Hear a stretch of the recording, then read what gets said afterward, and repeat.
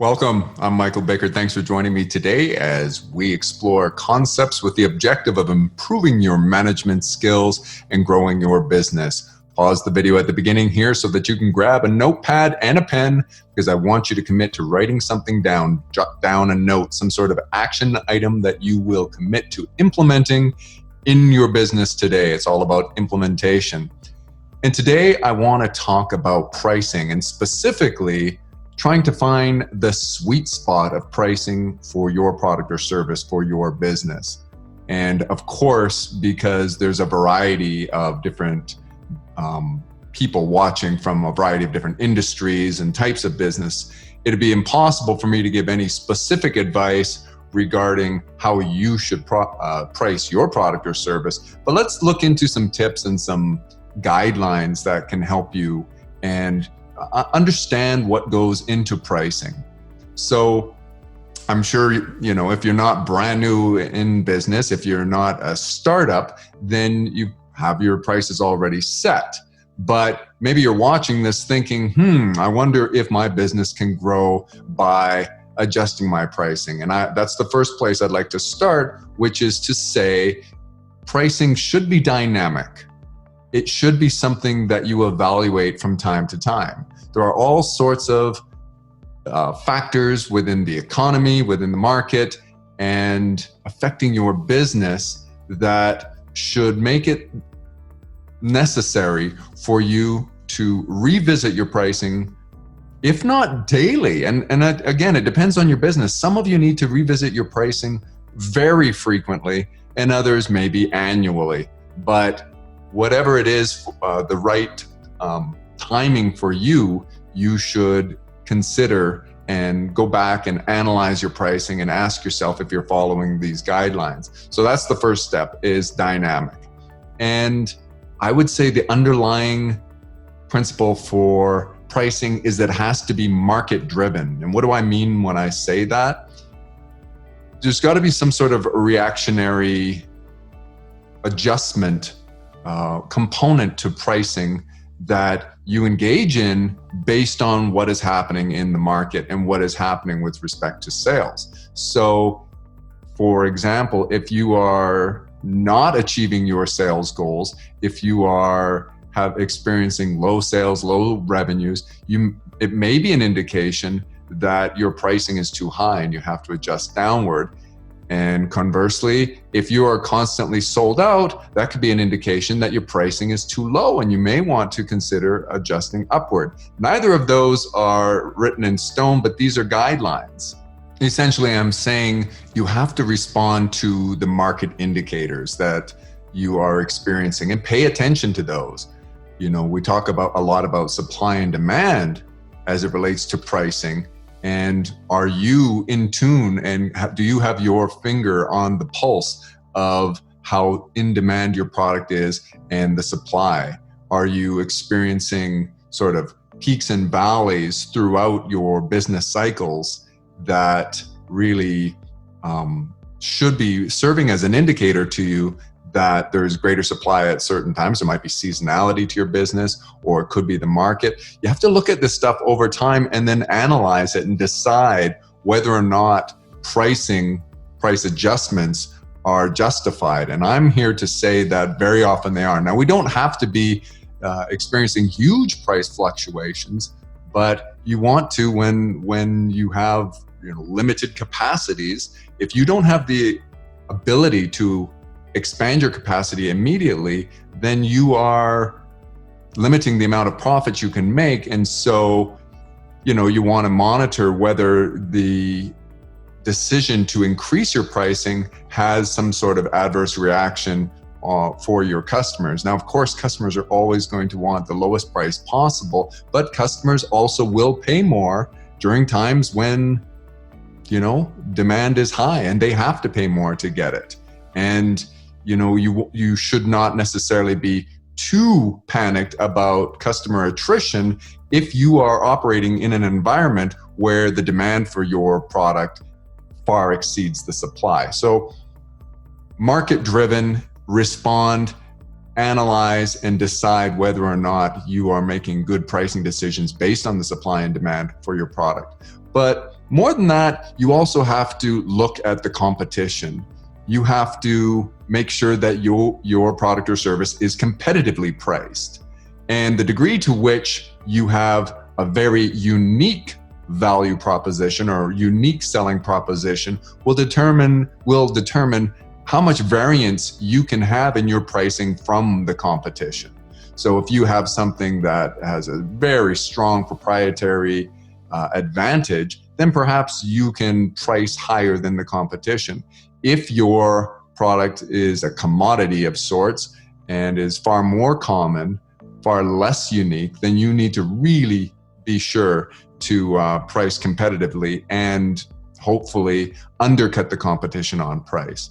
So let's explore a little bit more, and I've got some visual aids to help you to try to figure out where should I price and what is the dynamic of pricing as it affects my business. What you see on your screen in front of you here is just a little diagram that I put together to help you visualize in your mind's eye an approach to pricing. So you can see that we have two axes here. One is desirability, and as you move up here, you can see that desirability increases, and affordability. And this, as indicated by the size of the dollar sign, would say that something down here is very affordable. Maybe it's inverse of, by definition on the axis here. It's basically price, and I'm just calling that affordability. So higher prices as we go this way. And this line here, that is sort of at a 45-degree angle going up the middle, is the natural tendency of how pricing works, the natural trajectory of how pricing works. So we've discussed in the past that how you can increase the value is that there's 4 intrinsic value constituents, okay? So the first one we've always talked about is your customer experience. And as you work to improve your customer experience, value goes up, as does desirability. As I've defined here, your desirability goes up as in proportion to your value and demand. So improve your customer experience, your value goes up, your desirability goes up. Also, we've talked about convenience. The more convenient your product or service is for your customer, the more value you have, therefore the greater desirability that your product or service has. And quality, the more quality you have. Quality is the third constituent of value. And then the fourth constituent of value is pricing. And we've agreed that the lower your pricing is, generally speaking, the more desirable, the more value you have, and therefore the more value. And the other component here is this demand. And how can you increase demand? Well, marketing is one way. You can create a brilliant brand and you can get your message out there. You know, the more people that want your product, and that's what demand is, then the more desirable it is. I guess that's sort of saying the same thing.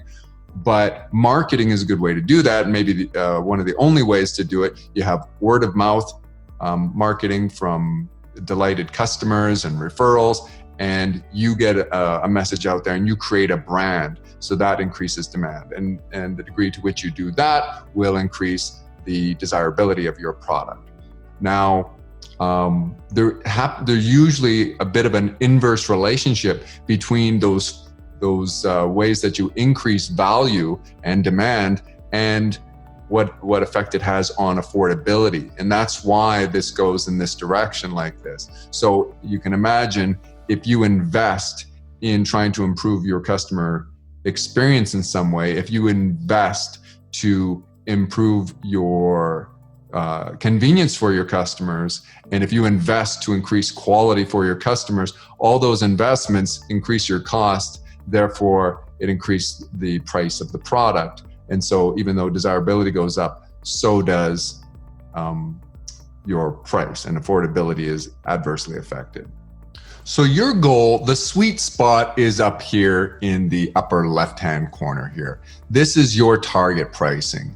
You are likely to do well if you can get your pricing in the northwest corner of this chart.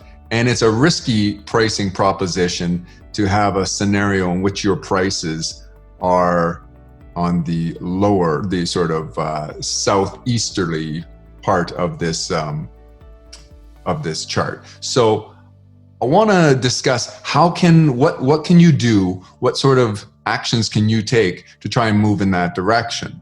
That is the goal. So just add a little bit more to the chart here. And as mentioned, this is the natural trajectory. This is the natural tendency of what happens with respect to pricing. As desirability increases, affordability has that inverse relationship with affordability. Price also increases and makes it less affordable. And here's in the dotted line, this is your desired trajectory. Okay, so this is the goal. This is what you're trying to accomplish. You want to get toward this target pricing area and avoid the risky pricing area. So ask yourself, what can you do? What can you do with your product or service? Well, the first thing we look at is go back to what increases desirability. The more we can increase desirability, the more we will head on that desired trajectory. So we have to revisit the idea of the constituents of value. The degree to which we can increase value without increasing our cost will be proportionate to how much we can go in the desired trajectory towards the target pricing, to the sweet spot of pricing. And so what things can you do that will improve your desirability without increasing your costs? Well, anytime that you can produce at scale, so economies of scale in your business, producing more volume, more unit production will improve your cost to pricing ratio. And that is because you have two types of expenses in general. You have your variable expenses, and these increase the more your production increases, and you have more fixed expenses. And those fixed expenses you can think of often as facility, maybe salaried employees, employment expense, and certain types of equipment that, the more you produce, they don't actually increase the expenses. And those things, when you can increase your unit production, because of those fixed expenses, your cost per unit, your expense per unit is actually less. So that's what we talk about when we say economies of scale and increasing your unit production. As long as you are not at full capacity, and capacity is determined by its weakest link. So if you have, a limiting factor of a particular labor base or whatever, and they're already working to full capacity, then you will have no greater capacity that you can grow to, even if your facility and your equipment and other resources allow for it.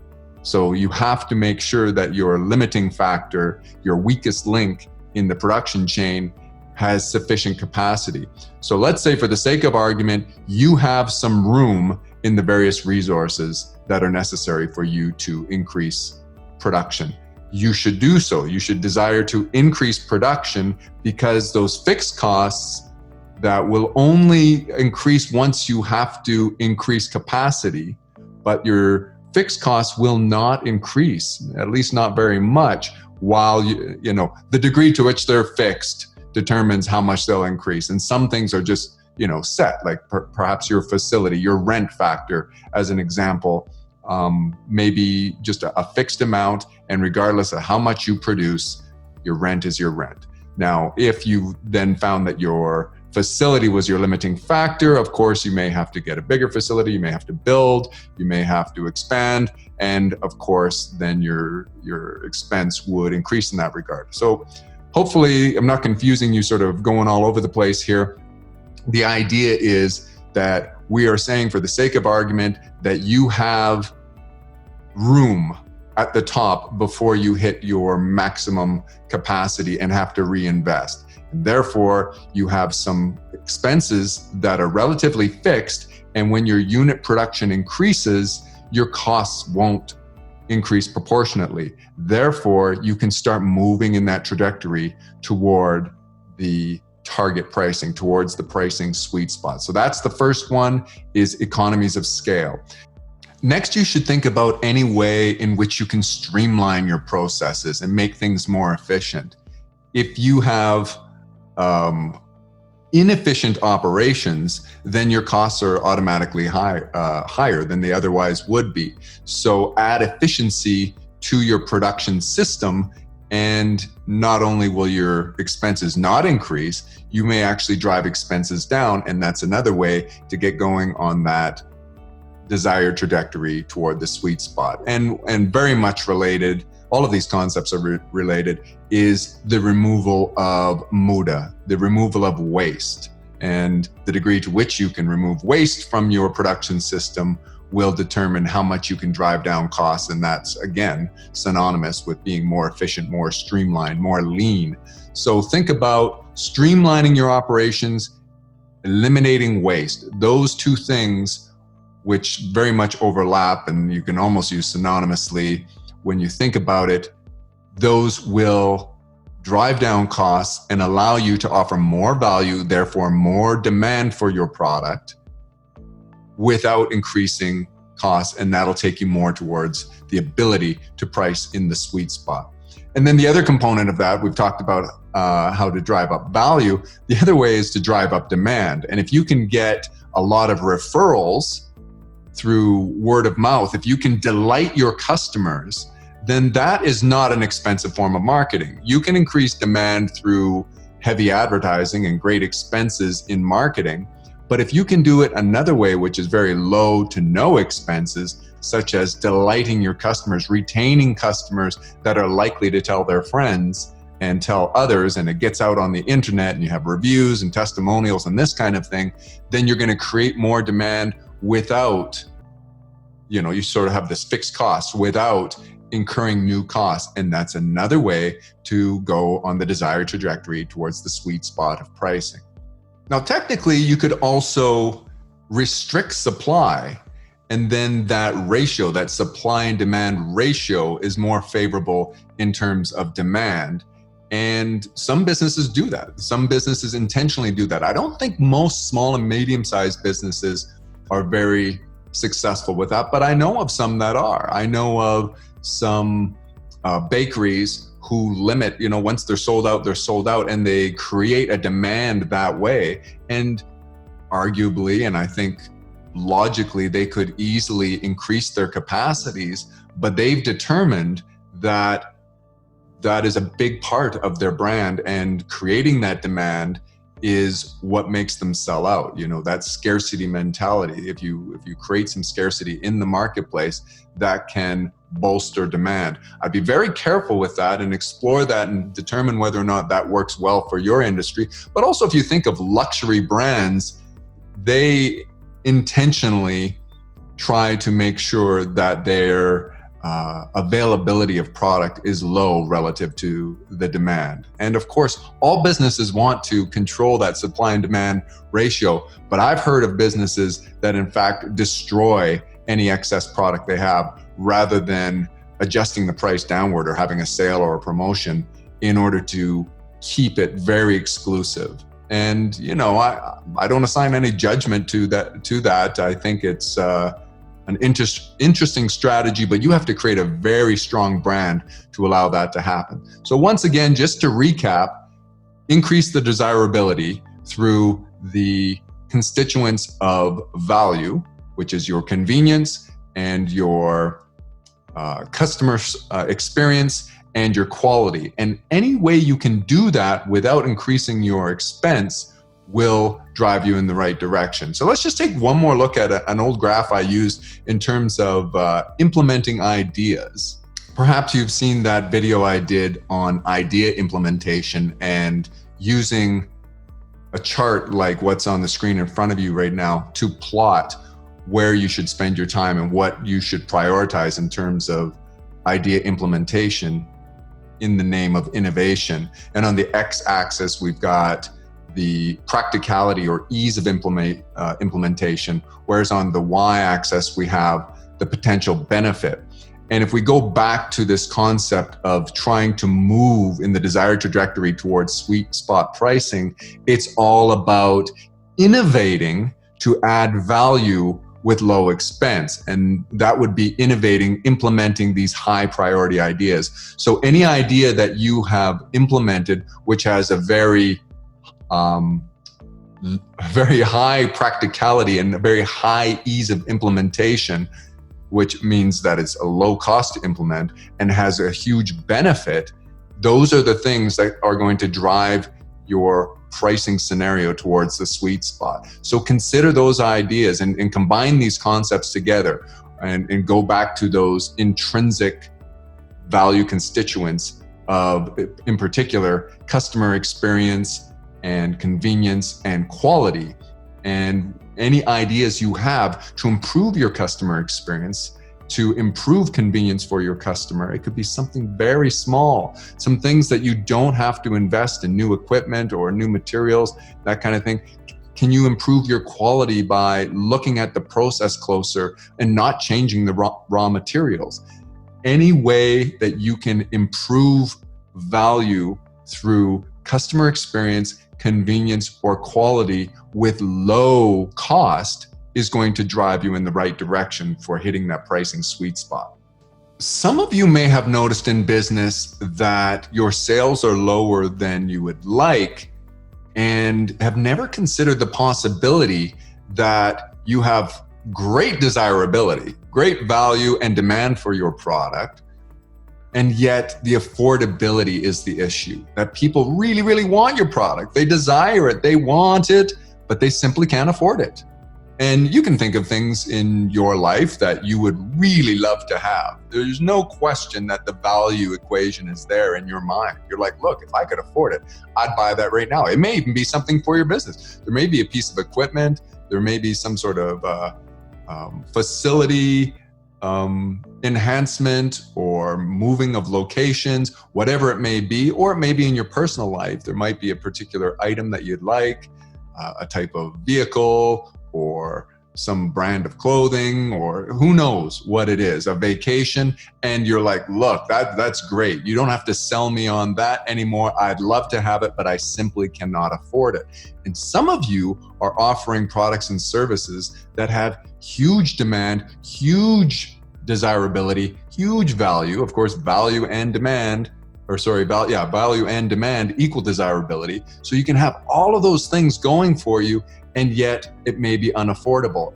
What do you do if that's the case? Well, you have to explore, and it's business dependent again, industry dependent, but you may look, how can you scale down your product? Maybe you're offering your product in such a quantity or size, your product or service, that a person can't even test it and can't even enjoy it on a small scale, to where later they might enjoy it at a larger scale. And I can think of a few examples in my mind right now, but ask yourself in your business, is there a way that you could offer your product without compromising quality? And you really don't want to damage your brand. So is there another way? Maybe you can scale it down. That's the first thing that comes to mind. Another possibility would be to improve the affordability picture by offering maybe more flexible payment terms. It might be something as simple as that. Could you offer payment terms to your customers where it becomes more affordable? Or is there some way that your product could be shared? If it's not conducive to scaling down, could you have multiple people go in, multiple customers participate? Now that's happening even in the stock market right now. Some of the most desirable stocks are becoming priced higher than a single, without doing a stock split, are being priced higher than certain retail investors can afford for a single share. And so they're creating these, I don't know what you call them actually, but where they're companies that you can go in and you can buy a portion of a share. And so you just invest any amount that you want and you own a portion of a share. So that makes it more affordable. Or you've heard of timeshares in the travel and vacation. If maybe you can't afford the luxury condo, but you can afford a few weekends per year at it by being a partial owner of that. And don't think that these things only are applicable in those businesses or those examples. In fact, the one with the stock market is quite recent. I think it's only a few years ago that they started offering this option. And you have to ask yourself, is your business offering something that's highly desirable but not very affordable? And is there a means through which you can make it more affordable and make it more easy for your customers to acquire your product or service? Be creative. This is what business is all about. It's fun. If you suspect you may be in this risky pricing range, it's something you have to look at right now. And to recap, you want to be moving in the desired trajectory towards the sweet spot of pricing by increasing the desirability of your product, which you can do through the constituent of value, which is customer experience, convenience, quality, and also increasing demand. So can you increase demand through very low cost mechanisms such as customer reviews, testimonials, word of mouth referrals, those types of things. Also, economies of scale. Can you scale up your production, more units of production without increasing your costs? If you can do that, if you can streamline your operation, if you can eliminate waste, all those things are taking you in the right direction so that you'll be able to afford to price your product according to the sweet spot. And then lastly, are there things you can do to improve the affordability of your product?